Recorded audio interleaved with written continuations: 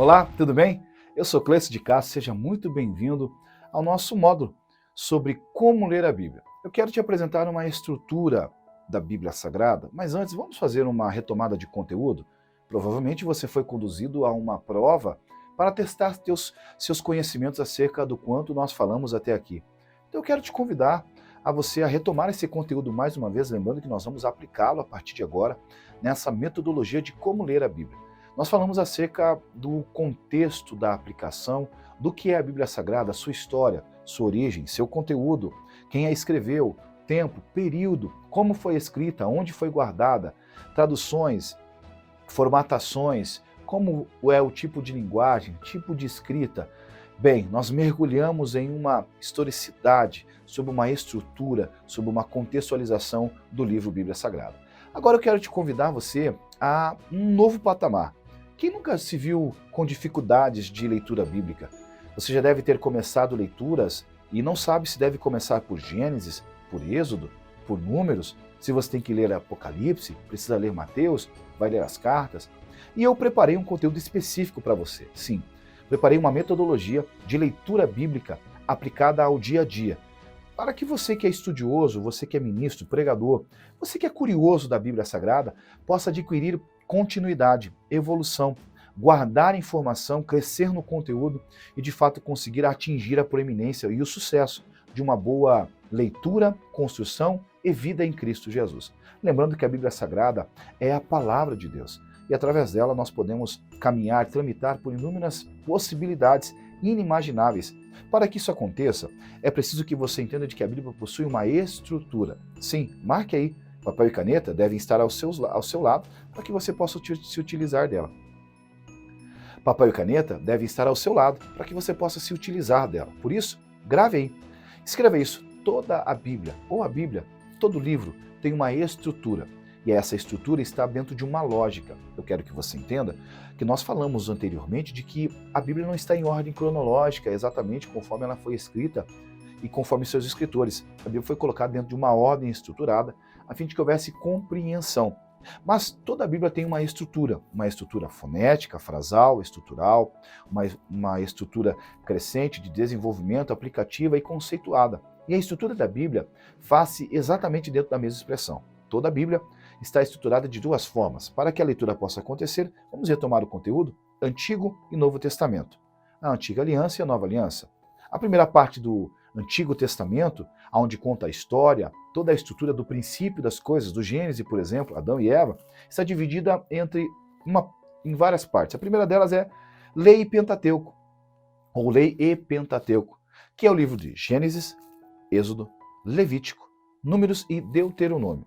Esta lei, nós já falamos no começo, tem a pretensão e a objetividade de revelar a história da forma com que Deus construiu as leis, as ordens, o crescimento, o desenvolvimento, a lógica, o preceito de manifestação, a estrutura religiosa, a estrutura de culto, a estrutura de crescimento, as leis orgânicas, as leis motivacionais, as leis diretivas e as leis compostas para o desenvolvimento humano. Logo, dentro da estrutura do Antigo Testamento, nós temos a lei. Depois nós temos os livros históricos, que são aqueles que vão demonstrar como as leis dadas por Deus através de Moisés, dentro da história, tiveram continuidade e crescimento. E nós chamamos isso de livros históricos, que lá se compõem de Josué a Esther, que são o livro de Josué, Juízes, Rute, 1ª e 2ª Samuel, 1ª e 2ª Reis, 1ª e 2ª Crônicas, Esdras, Neemias e Esther. Livros que mostram a história do povo e a sua batalha para aplicar a lei, para viver o relacionamento com Deus de forma extraordinária. Em terceiro ponto, nós temos os livros poéticos, que remontam à forma com que o povo extravasava sua alegria, seus confrontos, suas tristezas, suas dificuldades, diante daquilo que estava acontecendo. Mesmo diante a sucesso ou a desobediência, são as formas com que o povo manifestava a sua alegria ou tristeza com Deus. Por isso, chamado de poéticos. Lembrando que não são livros que estão simplesmente regados com alegorias ou sentimentos, mas são livros que compõem, de fato, uma extravasão, uma forma extravativa de sentimentos da alma daquele que o escreveu. Nisso se compõem os livros de Jó, Salmos, Provérbios, Eclesiastes, Cânticos dos Cânticos ou Cantares de Salomão. damos o nome de livros poéticos. Não se esqueça de continuar anotando essas informações, para que você possa gravar. Dentro do Antigo Testamento, nós temos os livros proféticos, que se dividem em duas partes. Profetas maiores, que têm a conotação da quantidade de texto, quantidade de capítulos, versículos de texto, o tamanho do livro, e não a importância do profeta. Dos profetas maiores, que é a primeira parte, e profetas menores, que o conteúdo de livro é menor, menos palavras, menos páginas, ok? Dentro dos livros proféticos, maiores e menores, os profetas maiores são Isaías, Jeremias, Ezequiel e Daniel. Isaías, Jeremias, Ezequiel e Daniel.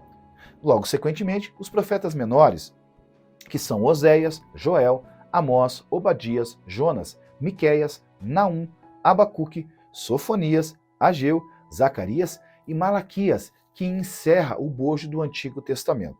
Para que você possa ter em mente os textos, e eu falei para você anotar, dentro da leitura, eu preciso que você retome esse conteúdo e faça de volta a expressão de cada livro, como eu acabei de fazer, a fim de que você grave. Gravando o que você tem na Bíblia Sagrada, te facilitará localizar nela e entender a sua lógica, ok? Livros dos profetas menores termina em Malaquias e nós automaticamente vamos iniciar agora um novo testamento, a nova aliança. Você deve se lembrar que eu lhe falei que elas começam com os evangelhos, dos quais são 4, em que entre três deles são sinóticos, que têm a mesma visão. Mesmo que sejam em locais diferentes, de formas diferentes, falam da mesma coisa. Jesus curando alguém, mas visões que estão colocadas em locais diferentes do mesmo ambiente.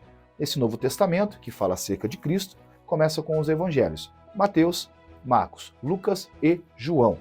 Mateus, Marcos, Lucas e João. Grave, fale de volta, repita.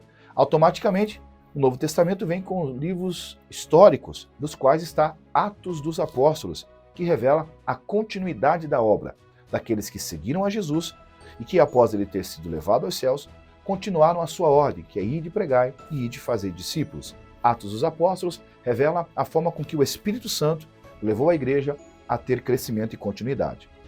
Seguido do livro histórico, vêm as epístolas, que se somam da seguinte forma: Romanos, 1 e 2 Coríntios, Gálatas, Efésios, Filipenses, Colossenses, 1 e 2 Tessalonicenses, 1 e 2 Timóteo, Tito, Filemon, Hebreus, Tiago, 1 e 2 Pedro, 1, 2 e 3 João e o livro de Judas, a carta de Judas. Essas epístolas têm o sentido de trazer as doutrinas, trazer à igreja crescimento, alegria, desenvolvimento e labutar contra as falhas que possam estar acontecendo. São homens e mulheres que vão transcrever à igreja ou a indivíduos palavras que vão trazer crescimento, correção, a fim de que a igreja não venha errar, chamado de epístolas. E por fim, o livro profético, livro do Apocalipse, que tem a intenção de revelar os últimos dias, o fim, mas também o retorno de Cristo, buscar a sua igreja e cumprir os propósitos pelas quais ele foi levado aos céus. Essa expressão que eu lhe fiz aqui agora, que tomou-nos alguns minutos, é de vital importância. Cleison, para eu ser um leitor ávido da Bíblia Sagrada, qual é o primeiro princípio? Você precisa saber qual é a composição que ela possui.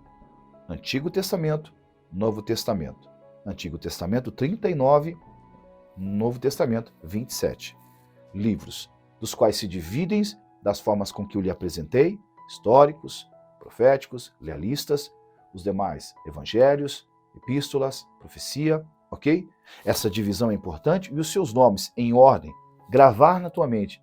Quando você começar a gravar em tua mente, encontrar será mais fácil e entender o seu local. Faça uma tabela, colocando cada livro, cada porção em seu devido quadrado de explicação. O que é carta, o que é profecia, o que é lei, o que é poesia, ok? O que é profecia, o que é profeta maior, o que é profeta menor, e automaticamente a tua leitura vai tornar-se melhor, maior e mais aplicada. Eu volto daqui a pouco com você. Nós vamos falar a partir de agora tecnicamente, e a partir de agora toda a fala é técnica. Falaremos acerca do manuseio da Bíblia Sagrada. Para que eu possa ler com eficácia e ter o resultado proeminente, manusear esse livro que nós falamos tanto sobre ele, é muito importante. Fica comigo, mantenha papel e caneta. Deus te abençoe e até a próxima.